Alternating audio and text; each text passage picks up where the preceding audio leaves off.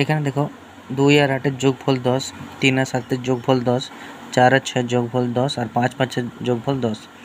তো এই যোগফল যখন 10 হয় তখন এই যদি ডান ধারের সংখ্যাগুলির যোগফল 10 হয়, 6-এর চেয়ে 10, তো তখন এটার গুণ সহজে করে নিতে পারবে। কিভাবে না, দেখো 4 6 24,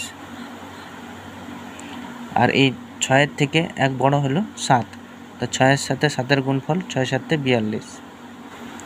ঠিক আছে, এরকমই একটি গুণ এখানে দেখো, যদি এই দুটি একই থাকতে হবে আর এই দুটির যোগফল 10 হবে। যেমন এখানে দেখো 2 আর 8-এর যোগফল 10 আর এই দুটি সংখ্যা একই আছে, তাহলে 8 দুগুণে এখানে 16, আর 7 7 এখানে 7-এর থেকে এক বড় 8, 7 8 56, এইভাবে অঙ্কগুলি হবে। এবার এইখানে দেখো, এবার এখানে ডান ধারেরটা একই আর বাঁ ধারেরটার যোগফল 10 হচ্ছে। দেখো ডান ধারেরটা একই আছে আর বাঁ ধারেরটার যোগফল 10 হচ্ছে, তাহলে এখানে কী করে নিতে হবে, প্রথমে 6 6 36,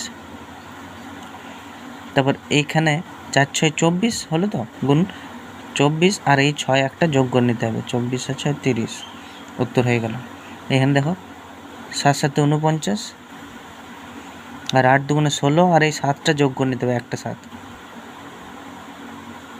23 হয়ে গেল উত্তর। এইভাবে অঙ্কগুলি করবে। তোমাদের জন্য আর আমার দুটো অঙ্ক আমি দিচ্ছি, বাড়িতে নিজে করবে, এই দুটি অঙ্ক করে নেবে।